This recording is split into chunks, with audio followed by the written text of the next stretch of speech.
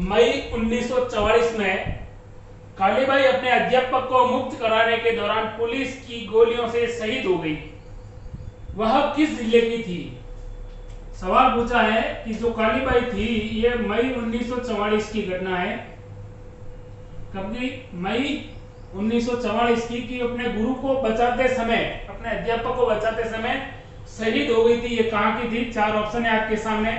उदयपुर है, डूंगरपुर है, बांसवाड़ा है और जैसलमेर है। दोस्तों कालीबाई ये रास्तापाल गांव की रहने वाली थी और रास्तापाल गांव के अंदर यह पढ़ती थी और ये रास्तापाल पड़ता है डूंगरपुर जिले में। कहते हैं कि सामंती ताकतों ने उस समय जो एजुकेशन था उस पर रोक लगा दी थी, लेकिन वहां पर दो शिक्षक थे, एक का नाम था नाना भाई, एक का नाम था नाना भाई और दूसरे का नाम था शेंगा भाई।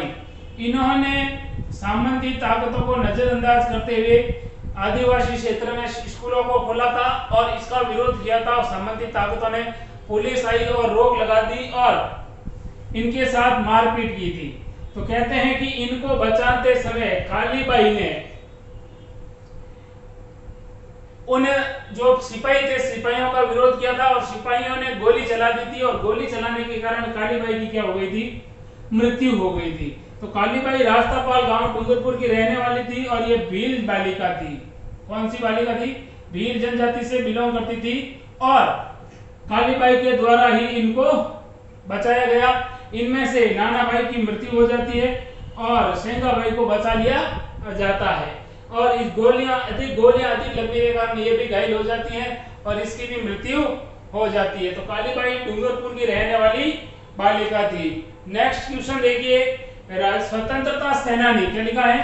स्वतंत्रता सेनानी एवं राजनीतिज्ञ नगेंद्र बाला का संबंध किस शहर से है? चार ऑप्शन है, जयपुर है, कोटा है, फिर आपके सामने बीकानेर है और जोधपुर है। सवाल पूछा है नगेंद्र बाला का संबंध किससे है? दोस्तों नगेंद्र बाला ये कोटा की रहने वाली थी और जब राजस्थान के अंदर पंचायती राज नियम लागू हो जाते हैं तो पूरे देश के अंदर कि यहाँ पर पूरे देश के अंदर ये पहली महिला थी जो क्या बनती है? जिला प्रमुख। तो राजस्थान की पहली या पूरे भारत की पहली महिला जिला प्रमुख कौन थी? नगेंद्र बाला थी। अब नगेंद्र बाला के बारे में ध्यान रखना कि जब महात्मा गांधी की हत्या होती है और जब महात्मा गांधी की अस्थियों को अलग अलग नदियों में प्रवाहित किया जाता है उस समय नगेंद्र बाला महात्मा गांधी की अस्थियों को चंबल में बहाती है। चंबल में क्या करती है? लेकर जाती है और वहां पर इनको बहाती है। तो सवाल पूछा जाए कि महात्मा गांधी की अस्थियों को चंबल के अंदर किसने विसर्जित किया था? तो नगेंद्र बाला ने किया था। अब ये नगेंद्र बाला का जो परिवार है, इस नगेंद्र बाला का पूरा परिवार है वो क्रांतिकारी परिवार है, क्योंकि यह केसरी सिंह बारट, नाम सुना होगा आपने, केसरी सिंह बारट की पोत्री थी। क्या थी? पोत्री थी ये। और प्रताप सिंह बारट की ये भतीजी थी। तो नगेंद्र बाला कोटा की रहने वाली थी, भारत के अंदर पहली महिला जिला प्रमुख बनी थी, कोटा जिले की नगेंद्र बाला बनी थी। चंबल नदी के अंदर महात्मा गांधी की जो अस्थियां थी इन अस्थियों का इसने विसर्जन किया था और 2 बार ये विधायक भी रह चुकी है, 2 बार ये विधायक भी रह चुकी है। इसके अलावा यह राजस्थान के अंदर कांग्रेस के विभिन्न पदों पर रह चुकी है। नेक्स्ट क्वेश्चन देखिए, महाराणा उदय सिंह की जान बचाने के लिए अपने पुत्र की बलि देने के लिए प्रसिद्ध महिला है। महाराणा उदय सिंह की जान किसने बचाई थी? 4 ऑप्शन है आपके सामने। गोरा धाई है, रूपा धाई है, पन्ना धाई है और धीरा धाई है। दोस्तों पन्ना धाई का नाम आप लोगों ने सुना होगा कि पन्ना धाई का पुत्र था जिसका नाम था चंदन। क्या नाम था? चंदन। और इन्होंने अपने पुत्र चंदन की जगह पुत्र चंदन और इन जिसकी ये सेवा कर रही थी वो थे महाराणा उदय सिंह। तो कहते हैं कि महाराणा उदय सिंह की हत्या करने के लिए आया था बलवीर उदय सिंह के महलों में। तब पन्ना धाई ने अपने पुत्र चंदन को उदय सिंह के कपड़े पहना दिए और उदय सिंह के कपड़े चंदन को पहना दिए, चंदन के कपड़े उदय सिंह, आपस में इनके कपड़े अदल बदल करके इन्होंने अपने पुत्र को बनवीर के सामने सौंप दिया और कहा कि ये लीजिए, ये महाराणा उदय सिंह है। और महाराणा उदय सिंह को वहां से इसने गायब करवा के कुंभलगढ़ भिजवा दिया था। तो यह राजस्थान की वीरांगना पन्ना दाई, राजस्थान के अंदर ये त्याग और स्वामी भक्ति का सबसे बड़ा उदाहरण माना जाता है। किसको? पन्ना दाई को। और पन्ना दाई ने महाराणा उदय सिंह की जान बचाई थी अपने पुत्र चंदन की जान देकर। और इनकी चंदन की हत्या को या फिर उदय सिंह की हत्या कौन करना चाहता था? तो चंदन की हत्या करने वाला और कोई नहीं था, उदय सिंह का ही एक राज्य का व्यक्ति था जिसका नाम था बनवीर, जो कि दासी पुत्र था। नेक्स्ट क्वेश्चन देखिए, बिजोलिया और बेंगू किसान आंदोलनों में महिलाओं का नेतृत्व किसने किया? अब सवाल पूछा है, बिजोलिया और बेंगू किसान आंदोलन हुआ था, इसमें महिलाओं का नेतृत्व किसने किया था? 4 ऑप्शन है आपके सामने। जानकी देवी बजाज, अंजना देवी चौधरी, लक्ष्मी देवी आचार्य और नारायणी देवी वर्मा। दोस्तों आप लोगों ने नाम सुना होगा अंजना देवी चौधरी। ये अंजना देवी चौधरी ने ही बिजोलिया, कौन सा?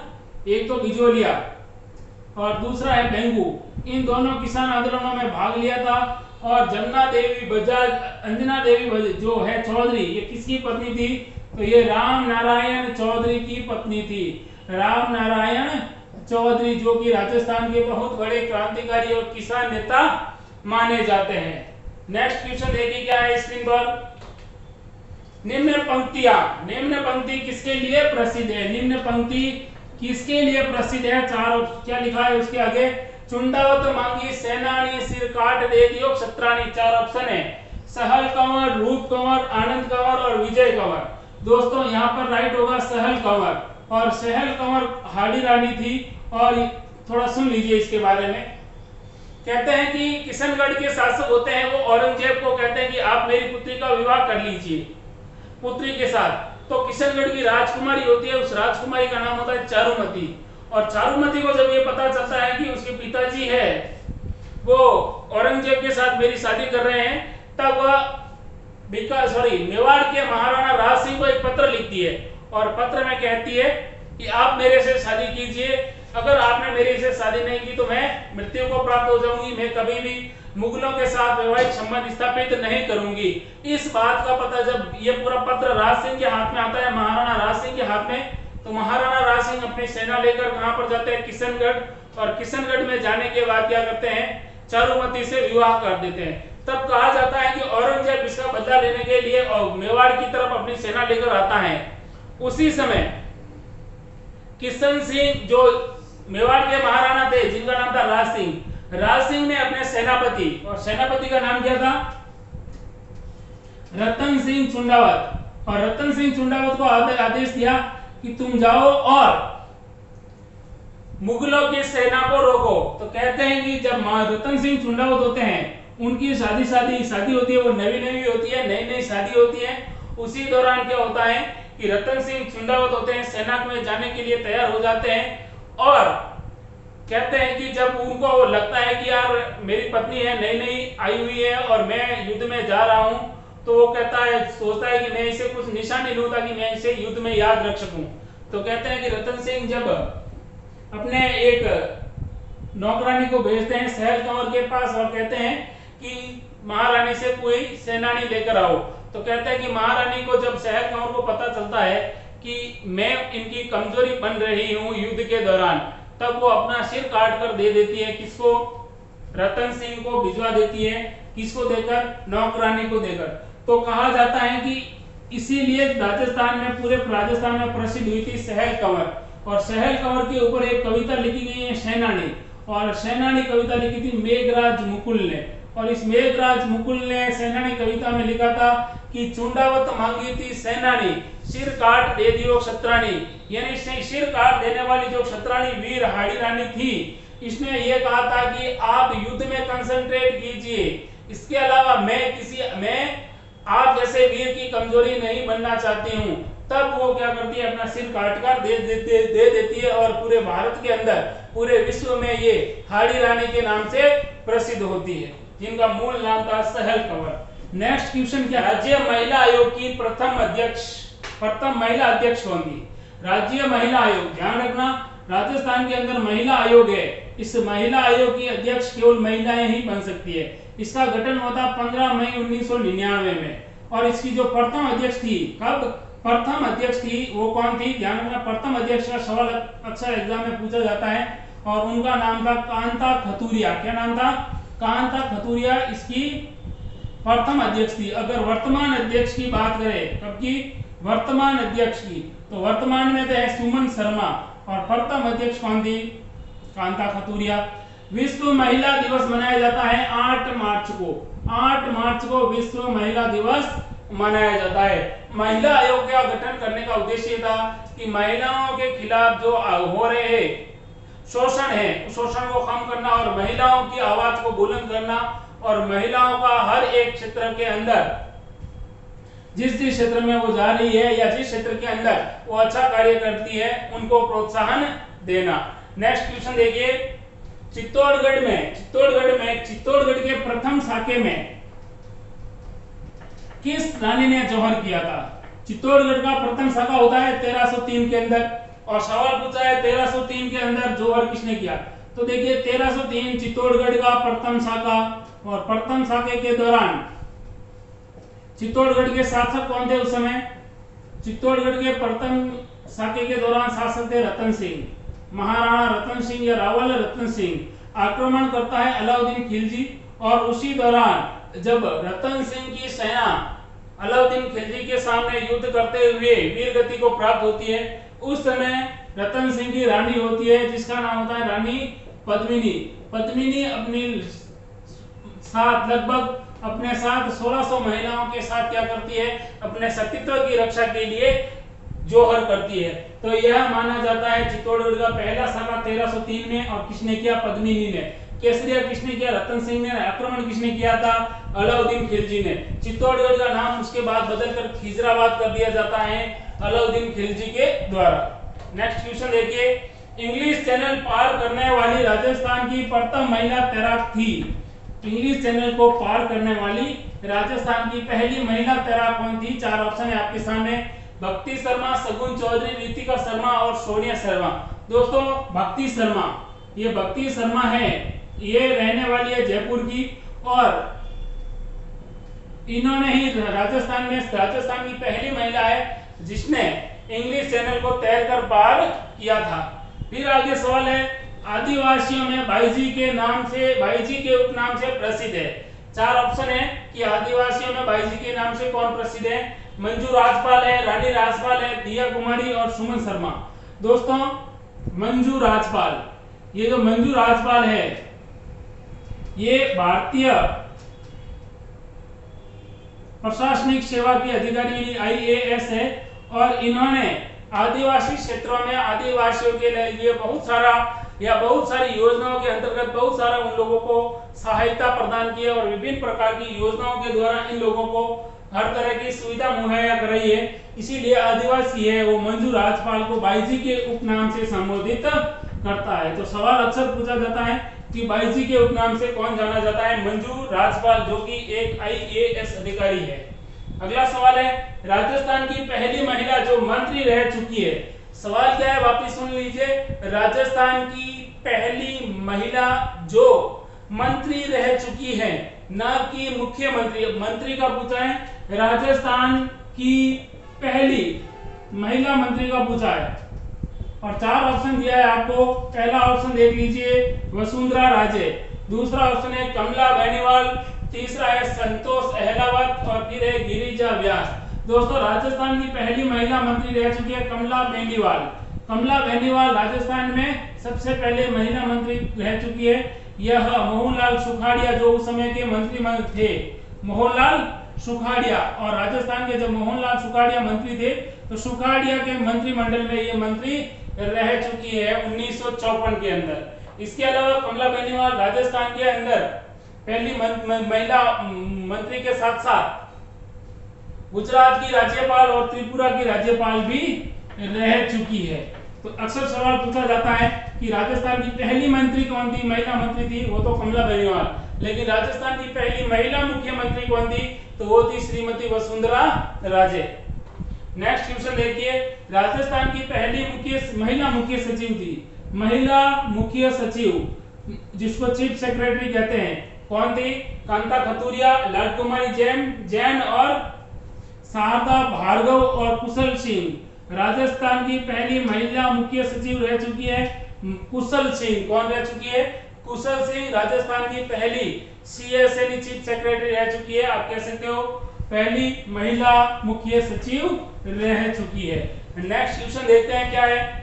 वह महिला जो संगीत शास्त्र की ज्ञाता थी, वह महिला जो संगीत शास्त्र की ज्ञाता थी एवं वागीश्वरी के नाम से जानी जाती है। तो सवाल है वागीश्वरी के नाम से कौन जानी जाती है और जो संगीत शास्त्र की भी ज्ञाता थी? चार ऑप्शन है, रमाबाई है, मीराबाई है, वागेश्वरी है और मरियम है। दोस्तों एक नाम आता है रमाबाई। यह रमाबाई थी वो राणा कुंभा की पुत्री थी। राणा कुंभा की क्या थी? ये पुत्री थी और इसे संगीत का बहुत अधिक ज्ञान था, संगीत शास्त्र का ज्ञान था। इसके अलावा इनको एक उपाधि दी गई थी, उस उपाधि का नाम था वागीश्वरी। क्या नाम था? वागीश्वरी की उपाधि दी गई थी। तो सवाल पूछे कि राजस्थान के अंदर वह महिला जो संगीत शास्त्र की ज्ञाता थी और वागीश्वरी के उपनाम से जानी जाती थी, तो कुंभा की पुत्री थी रमाबाई। रमाबाई संगीत शास्त्र की ज्ञाता थी, इसलिए इसे वागीश्वरी की उपाधि दी गई थी। नेक्स्ट क्वेश्चन देखिए, किस रानी ने हुमायूं को राखी भेजी थी? तो राजस्थान के अंदर कौन सी रानी थी जिसने हुमायूं को राखी भेजी थी? चार ऑप्शन है आपके सामने, कर्मावती, रूठी रानी, चंद्रकुमारी और फिर रानी राजकुमारी। दोस्तों कर्मावती राणा सांगा की पत्नी थी। किसकी पत्नी थी? राणा सांगा की। जब राणा सांगा की मृत्यु होती है तब कर्मावती ही क्या करती है? अपने पुत्र छोटे होने के कारण शासन का संचालन कर रही होती है। उसी समय गुजरात का एक व्यक्ति होता है, गुजरात का शासक होता है जिसका नाम था बहादुर शाह जफर। तो बहादुर शाह जफर क्या करता है? गुजरात का व्यक्ति होता है और आक्रमण किस पर करता है? चित्तौड़ पर आक्रमण करता है। तब कर्मावती हुमायूं को राखी भेजती है, कहती है कि मैं तुम्हें राखी भेजती हूँ, तुम मेरे भाई होने का फर्ज अदा करो और मेरी सहायता करो। तो इसीलिए कर्मावती ने राखी भेजी थी हुमायूं की। कर्मावती राणा सांगा की पत्नी थी और गुजरात के शासक बहादुर शाह जफर ने, जब गुजरात के शासक बहादुर शाह जफर ने चित्तौड़ पर आक्रमण किया उस समय इसने हुमायूं को राखी भेजी थी। नेक्स्ट क्वेश्चन देखिए, राजपुताने में रूठी रानी के नाम से प्रसिद्ध है। राजपुताने में रूठी रानी के नाम से प्रसिद्ध है। कौन है रूठी रानी के नाम से प्रसिद्ध? चार ऑप्शन है। पहला है रानी उमादेव, फिर है रानी सहल कंवर, फिर पहली है रानी उमादेव, फिर है रानी रमादेव, फिर है रानी सहल कंवर, फिर है रानी राजमती। दोस्तों रानी उमादेव, क्या नाम है? उमादेव नाम सुना होगा। ये उमादेव किसकी पुत्री थी? ये पुत्री किसकी थी? तो जैसलमेर के शासक थे। कौन? जैसलमेर के शासक थे जिनका नाम था राव लूणकरण। ये लूणकरण की पत्नी होती है, पुत्री होती है और इसकी शादी किसके साथ होती है? किसकी पत्नी होती है? तो मारवाड़ के शासक होते हैं। कहां के? मारवाड़ के शासक होते हैं जिनका नाम होता है मालदेव। तो ये मालदेव की क्या होती है? पत्नी होती है। किसी बात को लेकर ये मालदेव से रूठ जाती है और शादी के पहले दिन ही ये रूठ कर कहां चली जाती है? अजमेर में चली जाती है। और जब ये रूठ कर चली जाती है इसीलिए इस उमादेव को कहा जाता है रूठी रानी। क्या कहा जाता है? रूठी रानी। अगर सवाल पूछे कि रूठी रानी का महल कहाँ है, रूठी रानी का महल कहाँ है, तो ध्यान रखना इसका महल है अजमेर के अंदर। कहाँ है? अजमेर के अंदर। इसके अलावा रूठी रानी जब मालदेव की मृत्यु हो जाती है उस समय इनकी पगड़ी के साथ क्या होती है? सती होती है। तो सवाल पूछा जाता है कि मालदेव की वह पत्नी जो मालदेव की पगड़ी के साथ सती हुई थी, तो पगड़ी के साथ सती होने का मतलब होता है अनुमरण, यानी किसी कोई भी महिला है जो अपनी पति की किसी वस्तु के साथ सती होती है उसे कहते हैं अनुमरण। और ये सती होने वाली महिला कौन थी? ये महिला थी रूठी रानी जिसे उमादेव के नाम से जाना जाता है। फिर सवाल है राजस्थान की प्रथम महिला राज्यपाल कौन थी? चार ऑप्शन है, प्रभा राव, प्रतिभा पाटिल, देवी वसुंधरा राजे और गिरिजा व्यास। दोस्तों राजस्थान के अंदर एक महिला का नाम आता है प्रतिभा पाटिल। कौन सी पाटिल? प्रतिभा देवी सिंह पाटिल है वैसे इनका नाम पूरा। और ये राजस्थान की, कहां की? राजस्थान की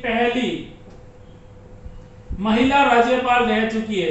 और महिला राज्यपाल रहते समय कहते हैं कि उसी समय राष्ट्रपति के चुनाव नजदीक होते हैं, तब ये राष्ट्रपति का चुनाव लड़ती हैं और बन जाती है राष्ट्रपति। तो राजस्थान की पहली महिला राज्यपाल थी, वो कौन थी? प्रतिभा पाटिल।